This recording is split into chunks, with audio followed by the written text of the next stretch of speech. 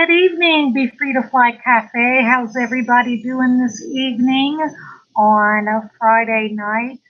It's been a little while since I've done a video, about a week or two, but I wanted to talk to you guys about depression and anxiety and suicide awareness a little bit tonight in light of the fact that September is Suicide Awareness Month.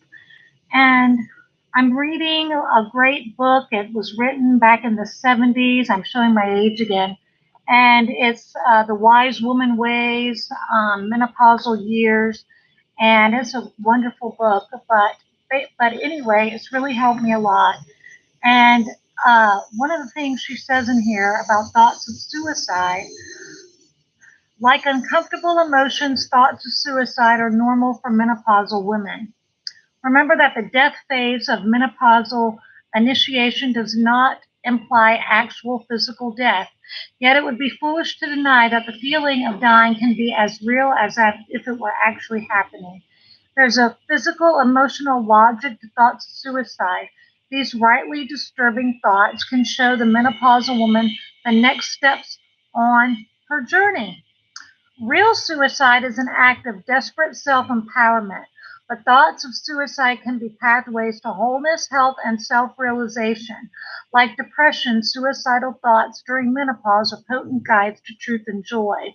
Explore the logic of your suicidal thought. And then this is my note. Write it down in a journal. What is the gift? How can you receive the suicidal thought without harming yourself? Suppose you want to take a flying leap or jump off of a high place gives us an intense experience of falling, flying, being free of restraint, unsupported, giving into gravity. What other means are available to achieve these feelings? The answer may be as simple as learning to stand on your head in yoga, right? Not me, but it might help somebody. Or as complex as doing something you've never ever done before, never thought you could do, exciting, terrifying, such as going on vacation totally by yourself, taking flying lessons, learning to ski, or trekking in the Himalayas.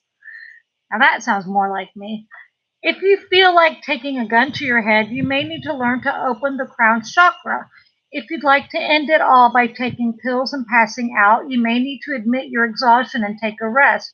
If you want to slice your wrists, cut off your hands symbolically, what would you no longer have to put your hands to?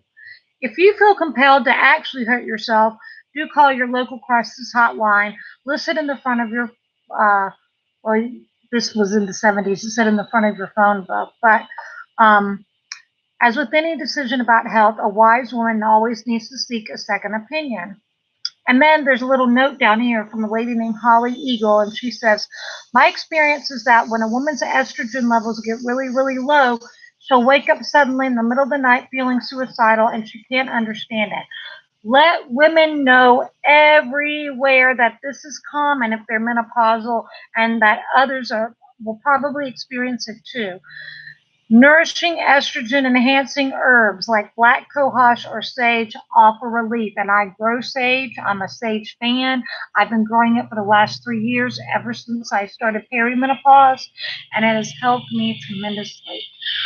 There are things in here about depression that says clinical depression. Now, there are different types of depression.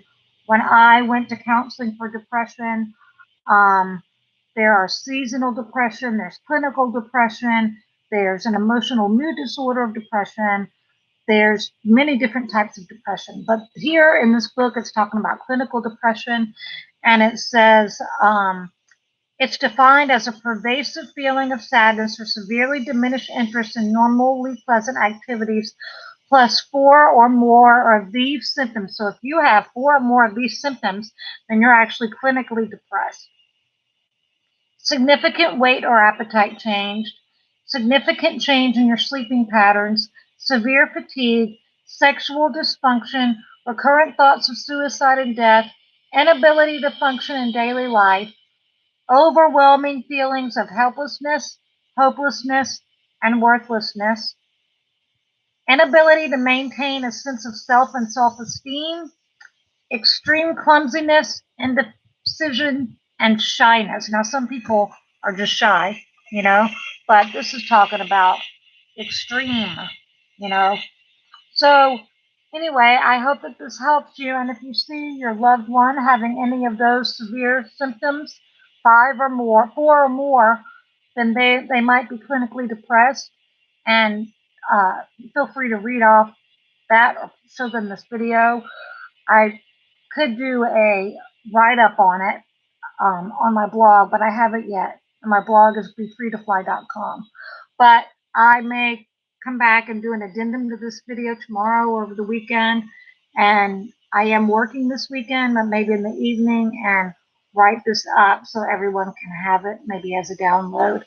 But anyway, everybody have a wonderful night. Have a blessed night. Be free and just be joyful and thankful. And if you're struggling with suicidal thoughts or any kind of depression, I will just pray for you that you will feel uplifted and that you will have freedom in your mind and in your heart and in your soul, and that you will have positive encouragement and love sent your way.